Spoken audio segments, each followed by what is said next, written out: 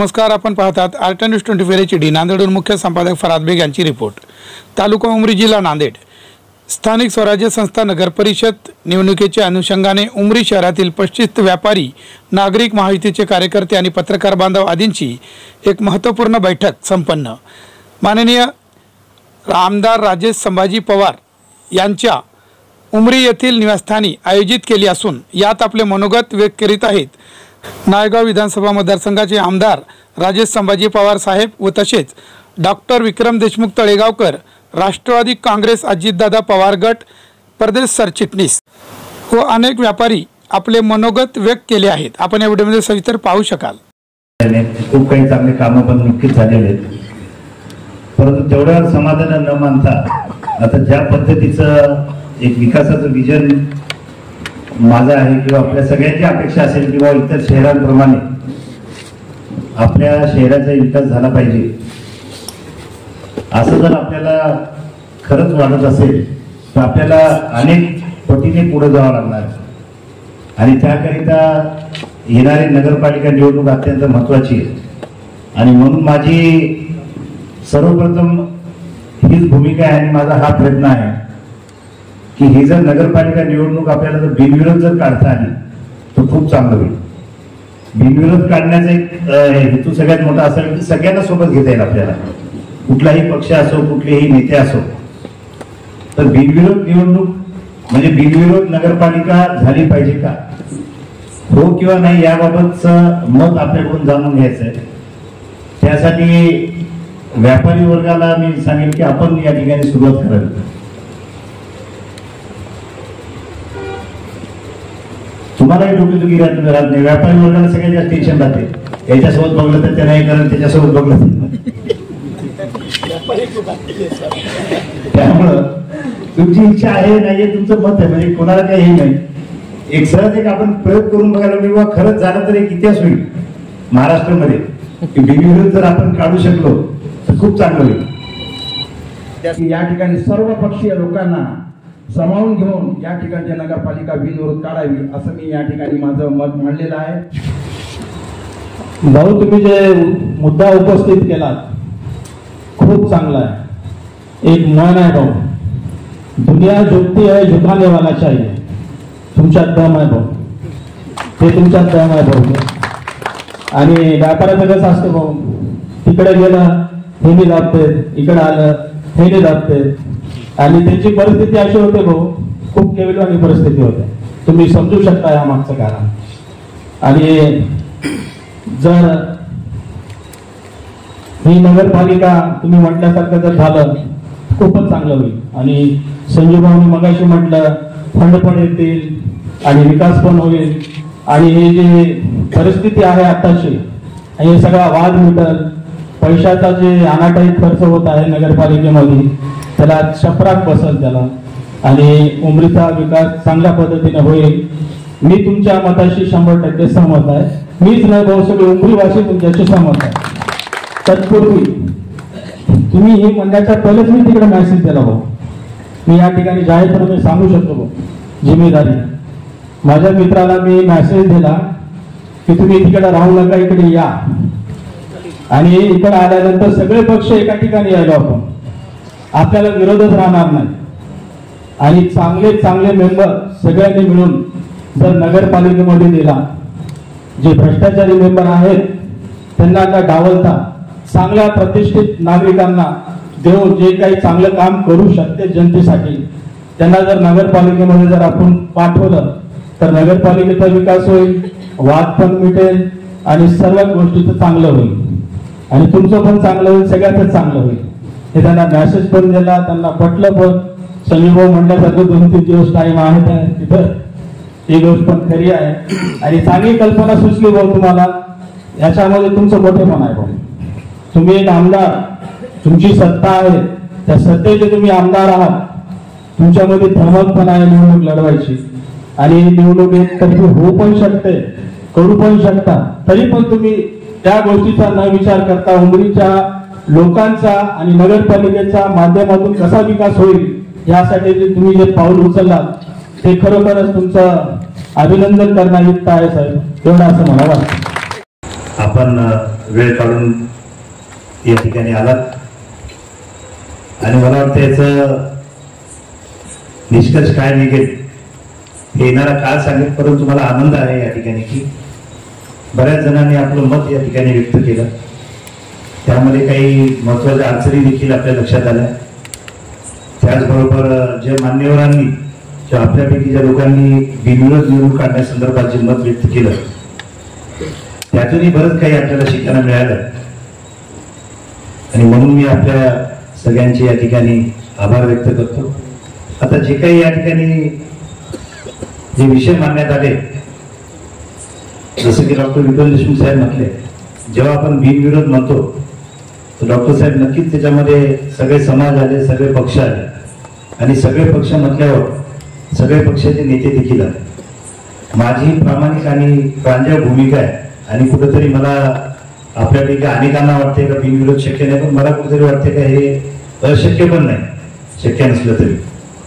आणि हे शक्य करण्यासाठी कुठल्याही पक्षाचे किंवा नेत्याच्या दारात जरी जावं लागलं, ते खासदार रवींद्र चव्हाण साहेब असतील, गोरठेकर बंधू असतील, कवळे गुरुजी असतील, तुमच्यासाठी जर यांच्या दारात मला जावं लागलं तरी मी जायला तयार आहे. याच्यात मला काही कमी नाही, कारण एक आमदार म्हणून माझं एक कर्तव्य आहे की सतत आपल्या भागाचा विकास कसा जलद गतीने सर्वांगीण विकास झाला पाहिजे, सगळ्यांना घेऊन झाला पाहिजे. त्या कर्तव्यापोटी कोणाचाही समोर जाऊन ही संकल्पना मांडणं, त्यांना विनंती करणं, ह्याच्यामध्ये मी कमीपणा समजत नाही, उलट माझं एक कर्तव्य आहे असं मी या ठिकाणी मानतो. आणि म्हणूनच हा प्रयत्न आपण यापुढेही आपण निश्चित चालू ठेवू.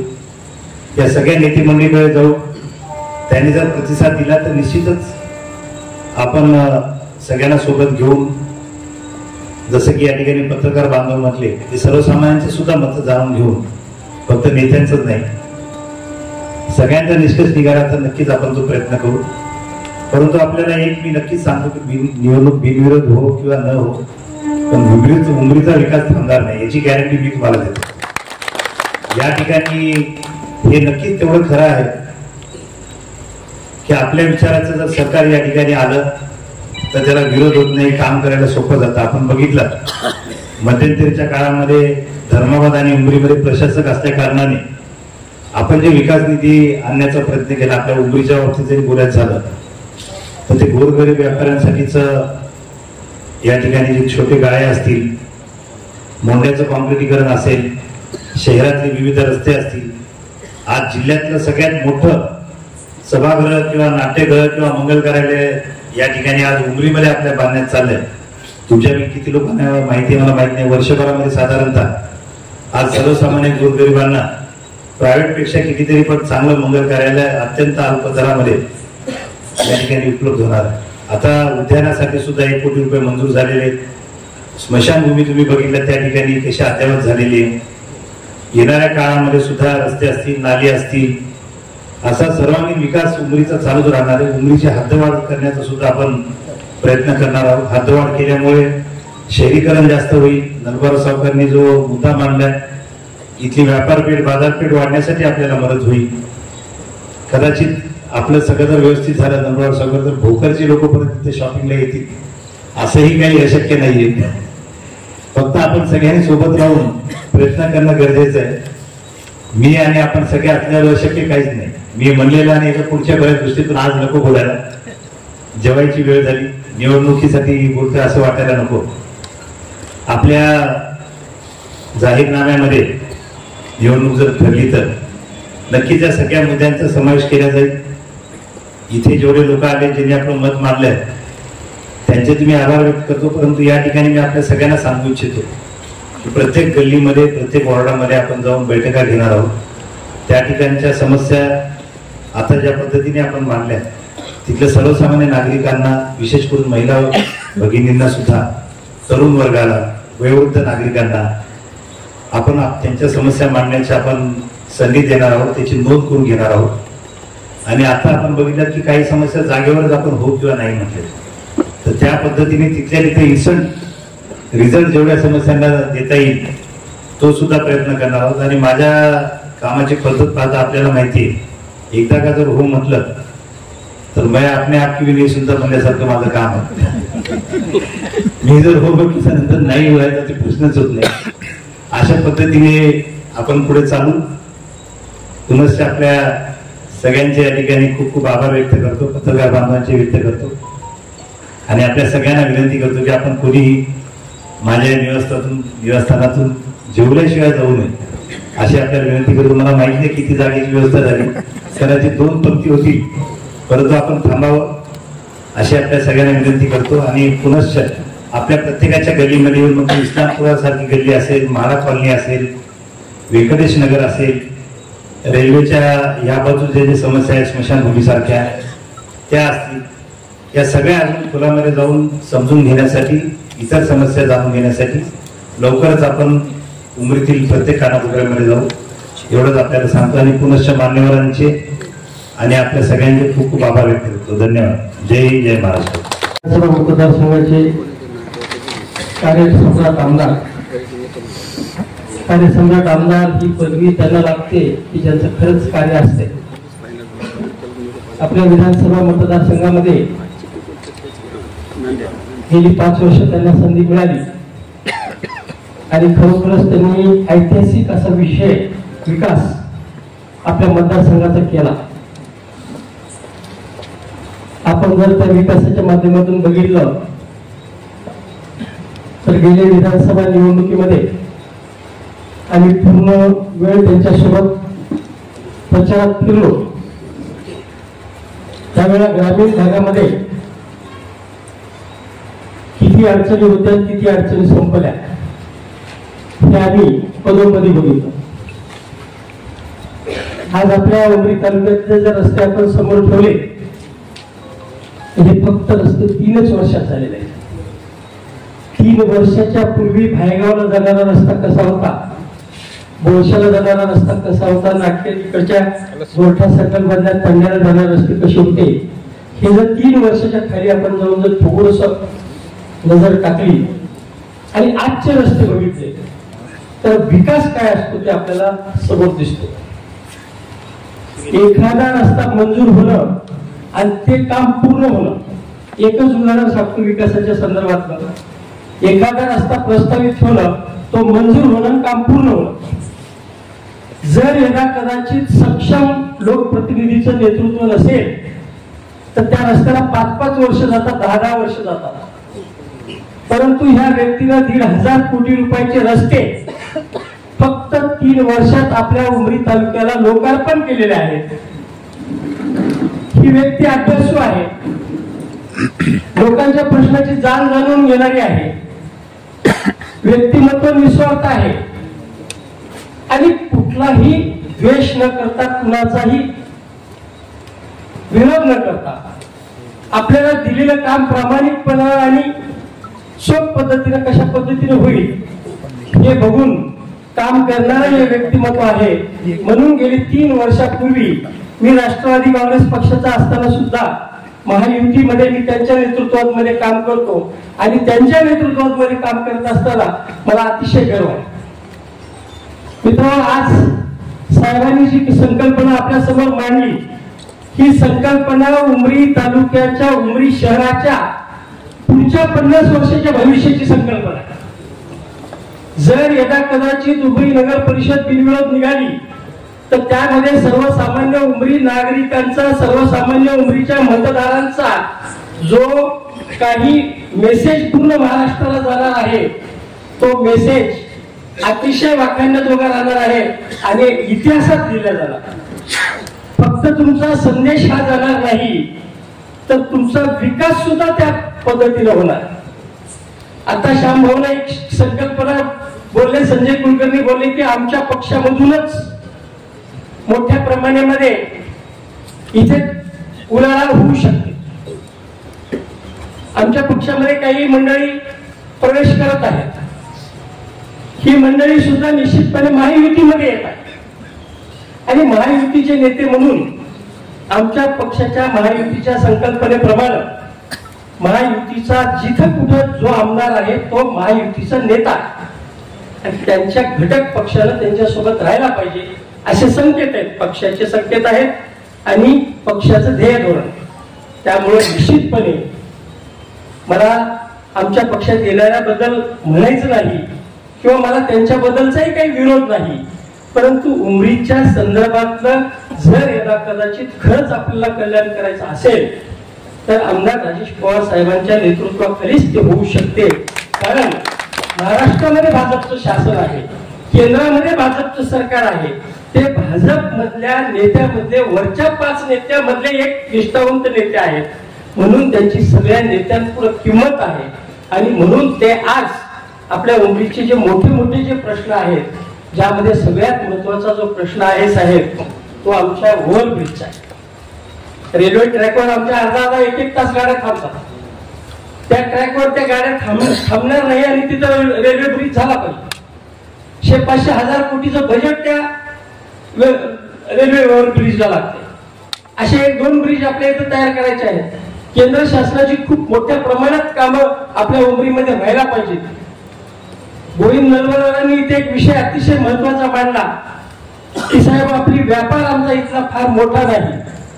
व्यापार होण्याच्या संदर्भानं आपल्या उमरी शहरामध्ये काय काय यायला पाहिजे जेणेकरून व्यापार वाढेल, त्या पद्धतीचा दृष्टिकोन आमदार साहेबांच्या समोर आहे आणि पुढच्या 5 वर्षामध्ये तो निश्चितपणे होणार आहे. त्या दृष्टीने आज आता तुम्हाला आमच्या समोर विनंती करायला आले की हे शहर बिनविरोध झालं पाहिजे. बिनविरोध झालं पाहिजे याचा अर्थ सगळ्या गटाला चान्स मिळाला पाहिजे, सगळे पक्ष मध्ये असले पाहिजे, सगळ्यांना अधिकार मिळाला पाहिजे, सगळ्यांना संकल्पना मांडण्याच्या पूर्ण अधिकार असले पाहिजे आणि विकास कामाच्या दृष्टीनं कुठलाही अडथळा नसला पाहिजे. ह्या दृष्टीनं ही नगरपालिका बिनविरोध निघणं अतिशय आवश्यक आहे. आता गेली 25-25 वर्ष, 10-10 वर्ष संजय कुलकर्णींनी 15 वर्ष सत्ता इथं चालवली. विजयकुमार उत्तरवार सुद्धा आपल्या उमरीचे नगराध्यक्ष होते. बोरठेकर साहेबांच्या नेतृत्वाखाली सुद्धा इथं नगरपालिका होती. मग ह्या लोकांचं इथं काहीच नाही असं समजून चालत नाही. ह्या सर्व लोकांना एकत्र घेऊन, सर्व लोकांच्या मधून उमेदवार घेऊन आणि आमदार साहेबांच्या नेतृत्वाखाली ही जर आपण नगरपालिका दिली आणि 5 वर्ष जर आपण एक रंगीत तालीम बघितली उमरीची, तर 100% मला गॅरंटी आहे की उमरीचा चेहरा मला बदलल्याशिवाय राहणार नाही. त्यासाठी आपण सर्वांनी आजची सुरुवात आहे, ही साहेबांनी केलेली सुरुवात आहे. म्हणजे सुरुवात करत असताना त्यांच्या मनात कुठलाही द्वेष नाही. हा संदेश लोकांपर्यंत आज आपण 100-50 लोकांमध्ये, 200 लोकांमध्ये आपण हा शहरामध्ये देत आहोत. आणि ह्या दृष्टीने जर यदा कदाचित महायुतीच्या माध्यमातून सर्वांनी एकत्र येऊन, मग खासदार रवींद्र चव्हाण असतील त्यांना सुद्धा साहेब आपण प्रतिनिधित्व देऊन, साहेबांनी जे म्हटलं, साहेब जे म्हटले, साहेब सुद्धा भारतीय जनता पक्षाचे आहेत, साहेब पण भारतीय जनता पक्षाचे आहेत. त्यामुळे इथं कुठेही फरक येणार नाही. आणि त्या दृष्टीने जर याला कदाचित सर्व नगर परिषदेमध्ये सर्वांचे लोक घेऊन जर ही नगरपालिका बिनविरोध झाली तर 100% उमेदचा कायापालट झाल्याशिवाय राहणार नाही अशी एक माझी मनोमन खात्री आहे. आणि सर्वांनी या दृष्टीनं जसं व्यापारी वर्गाने पुढाकार घेतला ते आम्ही समजून सांगू. आम्ही जे विरोध करणार आहेत त्यांना आम्ही समजून सांगू. माझी विनंती आहे व्यापारी वर्गाला की व्यापारी वर्गाने सर्वात पहिल्यांदा पुढाकार घ्यायला पाहिजे आणि त्या पद्धतीने जर कन्व्हिन्स केलं तर 100% उमरी नगरपालिका बिनविरोधच्याच दिशेनं चालेल. आणि राहिला प्रश्न गावातला किंवा आणखी स्लम एरियाचा किंवा आणखी बाकीच्या वार्डाचा, साहेब खूप मोठ्या प्रमाणात समस्या आहेत. ह्या समस्या दूर करण्यासाठी शेकडो कोटी रुपये लागणार आहेत आणि ते तुमच्या माध्यमातून निश्चितपणे उमरीत येतील. आणि त्या दृष्टिकोनातून आपण एकदा आमदार साहेबांना 5 वर्षाची संधी बिनविरोध निवडणुकीच्या माध्यमातूनच द्यावी आणि या उमरीचा कायापालट घडून आणावा. आणि माझं आपण जी संकल्पना मांडली बिनविरोधची, त्याला माझा पूर्ण पाठिंबा असून माझ्या पक्षातून सुद्धा अशा पद्धतीचा पाठिंबा मिळेल अशा पद्धतीने मी सर्व नेत्यांना बोलतो. आणि त्या पद्धतीने या पाठिंब्याच्या संदर्भानं आम्हाला जे जे काही प्रयत्न करता येतील ते 100% करतो. साहेब थांबतो. इलेक्शन मध्ये कधी ज्या गोष्टीचा ज्या मतदारांकडून सगळ्या विचारपूस करून सगळ्या मतदाराचे काय भावना आहेत, मतदाराचं काय म्हणणं आहे, मतदाराचा वार्डामधून काय आहे, या सगळ्या गोष्टीचा जे विचार करायसाठी जे आज बैठक लावली साहेब, हे चांगली बैठक आहे. आणि लोक सुद्धा, व्यापारी सुद्धा बरेच प्रमाणात आले. काही लोक म्हणले लोक हे ना तसा चौकरीमध्ये आहेत तसा कसा आहे, त्याला भीती, त्याला भीती, त्याला त्याची भीती. काही लोक फोन करून सांगतात कशाला जाता, काय करता जायची, पण यातला गोष्टीला न भिता जे आज जे इथे एवढ्या प्रमाणाची मंडळी आली त्याबद्दल त्या येणाऱ्या सगळ्या लोकांना मी म्हणतो की खरंच तुम्ही इमानीद्वारे उद्याच्या नगरपालिकेसाठी चांगलं काम व्हावं यासाठी तुम्ही आल्या, त्याबद्दल मी तुम्हाला सर्वप्रथम धन्यवाद म्हणतो. दुसरं एक सांगतो की साहेबांना पुढे एवढा विचार करवले की उद्या जर एखादी नगरपालिका जर एखादी दुसऱ्याच्या हातामध्ये गेल्याच्या बाद ते फंड द्यायला फक्त इच्छा आहे त्याची, पण काय तुम्हाला उद्या युनिव्हर्सिटी त्याला काय करते साहेबांना या गोष्टीसाठी सुद्धा मतदाराने या गोष्टीचा लई मोठा विचार केला पाहिजे. विचार लई महत्वाचा आहे.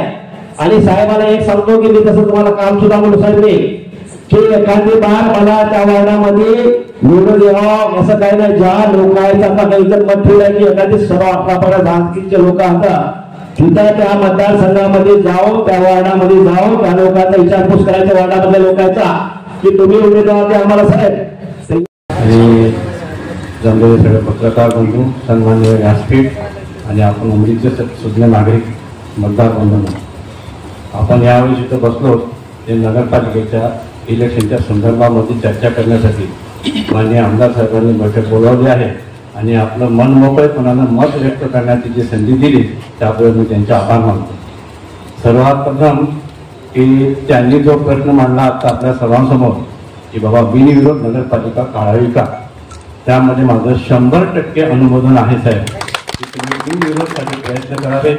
आता बऱ्याच जणांनी सांगितलं की मतदान झाल्यानंतर किंवा निवडणूक झाल्यानंतर सगळ्यात जास्त गोष्टी जो कोणाची होते तर व्यापाऱ्यांची गोष्टी होते आणि व्यापार वाढला तरच गावाची प्रगती होते, अन्यथा होत नाही. याचं जिवंत उदाहरण पहा तुम्ही. आमच्या उमरी पेठ पण मोठी होती, म्हणजे आमच्या उमरी पेठेपेक्षा भोकरचा व्यापार जास्त आहे, धर्माबादचा व्यापार जास्त आहे, नायगावचा व्यापार जास्त आहे. त्या तिन्ही आमचे जे आजूबाजूचे गावं आहेत त्यात तालुका आहे त्याच्यामध्ये फक्त उमरी मागे आहे. आज काही मोजके तुम्हाला उमरीमध्ये चालतात की प्रांजळ कबुली आपल्याला द्यावी लागेल सर्वांना की फक्त मोजके तुम्हाला काहीतरी चालतात, पण सर्वसामान्य व्यापारपेठ बघितली तर ही व्यापारपेठ उमरीची आज तेवढे त्या प्रमाणात नाही. जी उमरी सोन्याची उमरी होती ती आज राहिली नाही. फक्त सोनं विकते उमरीमध्ये आहे, फक्त सोन्याची उमरी राहिलेली नाही. त्यासाठी तुम्ही जो प्रयत्न करत आहात त्याबद्दल माझं 100% तुम्हाला अनुमोदन आहे. आणि म्हटल्याप्रमाणे आता संजू कोटकरांनी थोडं वाकड्यात जाऊन म्हणजे असं खाल्ले आणि त्यांनी सांगितलं की बाबा उमरीतले व्यापारी आहेत की त्यांना समजावून सांगणारे दुसऱ्या गटांना आम्ही आमच्याकडे 100% प्रयत्न करून तुम्ही जे आदेश देतात तो आदेश आम्हाला मान्य आहे निवडणूक होण्यासाठी. आणि अशा बऱ्याच आणखी नगरपालिकेतल्या ज्या अडचणी आहेत त्या अडचणी आज इथे मांडण्यापेक्षा निवडणूक झाल्यानंतर जे नगरसेवक निवडून येतील त्यांच्यासाठी आम्ही मांडू किंवा तुम्ही असं असं करा किंवा प्रत्यक्ष ज्यावेळी तुम्ही येतात आमच्या समोर त्यासाठी आम्ही आमच्या अडचणी तुम्हाला प्रत्यक्ष आमच्या घरच्या अडचणी ज्या आहेत वैयक्तिक अडचणी त्या आम्ही मांडू.